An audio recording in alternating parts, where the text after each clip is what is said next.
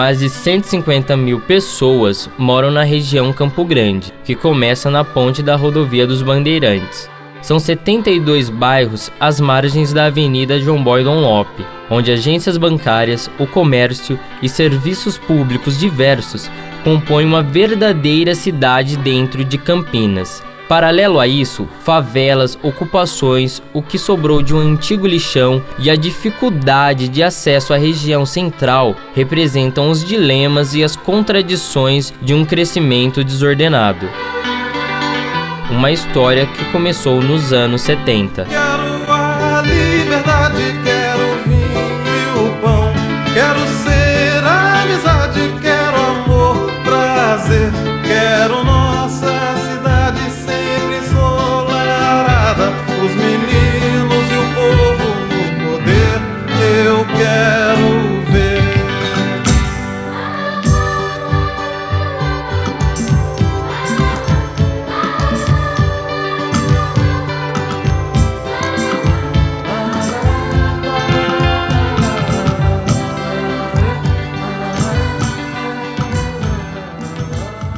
Apesar de ser difícil a sobrevivência, mas era tranquilo, a tranquilidade que a gente tinha no passado.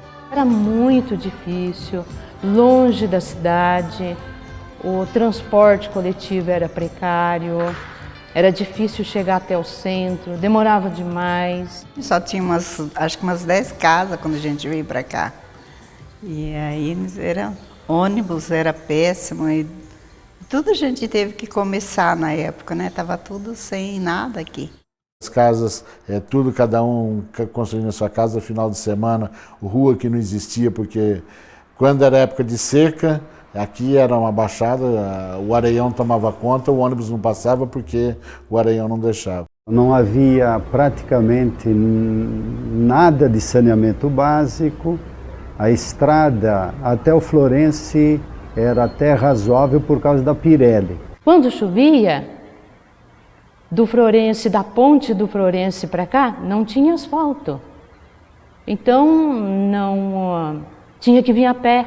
Só tinha energia dos postes, né? As casas eram iluminadas, cada um colocava uma lâmpada para o lado de fora, no poste, virado para a rua, para clarear a rua.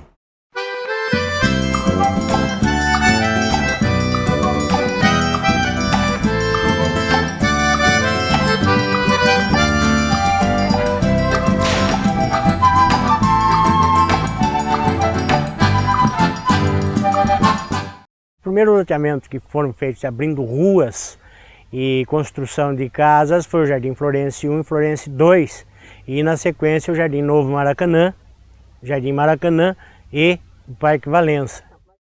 O início foi um trabalho no Jardim Florence, com uma realidade extremamente precária, né, como acontece na periferia da cidade, tanto naquela época quanto hoje. As reuniões eram nas casas, né? Reuniões eram nas casas, aos sábados à noite, e eu achava tudo aquilo, que aquilo não era igreja. Até que um belo de um dia, eu fui convidado para uma reunião onde eles iam tratar de fazer uma festa. Foi a primeira atividade festiva daqui da comunidade de Santa Maria dos Oprimidos. Quando eu cheguei aqui, já havia... O pessoal já estava trabalhando a construção do salão comunitário, né? Mas a comunidade, na verdade, ela nasceu nas casas, porque não tinha estrutura nenhuma. Depois foi com doações, conseguiram uma pequena estrutura e tal, e aí começaram a montar o centro comunitário. E a partir do Florence, nós fomos convidados a ver a experiência que estava acontecendo no Maracanã, né? E que era exatamente o início da comunidade que depois se tornou Nossa Senhora de Guadalupe. No início estava o Valença, né, o Guadalupe lá em cima na escolinha, né, a gente celebrava lá às 4 horas da tarde. Ela tinha uns meses já quando a gente veio para cá. A comunidade era de vários bairros, era uma comunidade na escolinha do Campo Grande. E aí essa comunidade atendia a região. Nós iniciamos o trabalho da formação da comunidade no Florence, a formação da comunidade lá no Maracanã, que depois gerou então a formação de várias outras comunidades eclesiais de base na região. E era a coisa mais linda, era festa. Toda a celebração era uma verdadeira Páscoa, porque acabava sempre com uma confraternização, uma alegria imensa, ninguém queria ir embora, mas era uma festa. A Diocese de Campinas era dividida em regiões pastorais.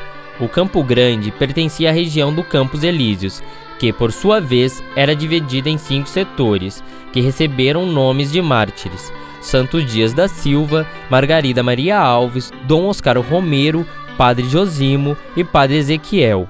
Em 1984, o setor Santo Dias da Silva passou a ser denominado Paróquia Jesus Cristo Libertador, que ao final de 1989 tinha 25 comunidades.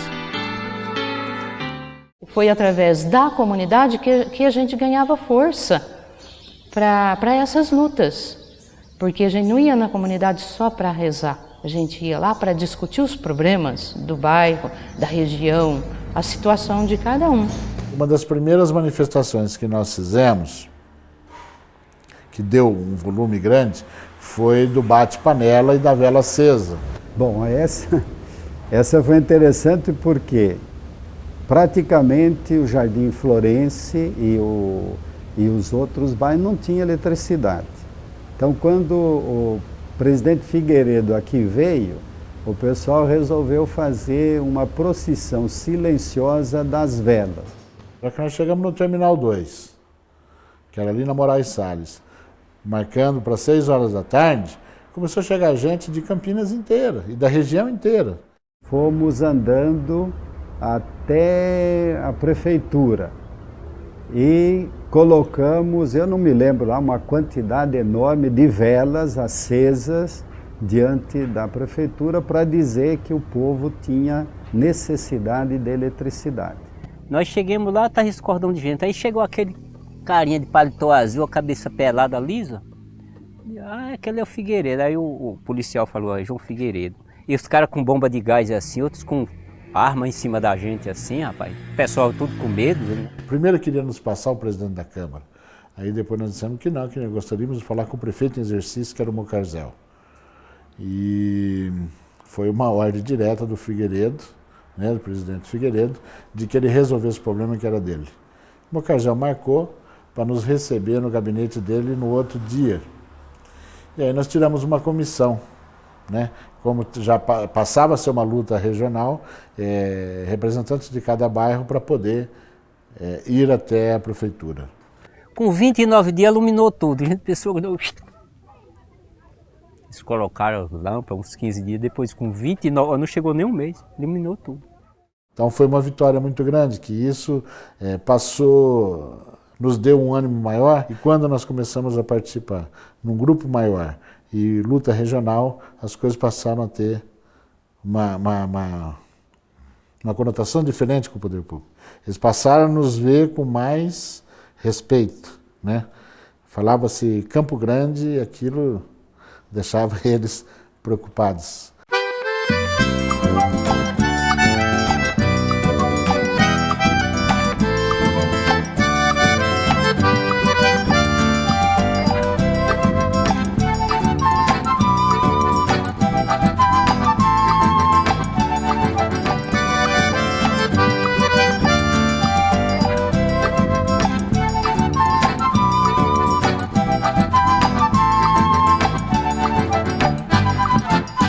Não tinha água aqui. E nós deu a ideia da gente ir fazer um protesto na praça, lá no centro, para chamar a atenção, porque era época de eleição. Fomos trabalhar e organizamos e fizemos umas faixas e fomos no chafariz de frente à catedral. E outras mulheres começaram a esfregar roupa, né, lavar ali.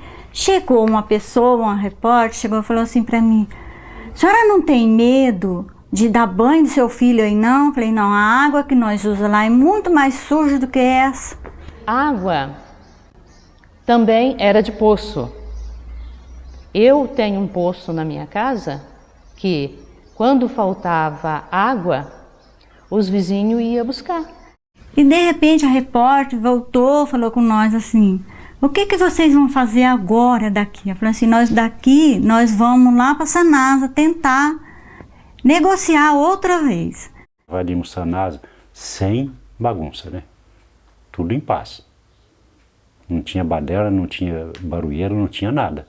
E ali negociou e abriu as portas, falou: daqui 2 meses começa a canalização na água, e de repente começou.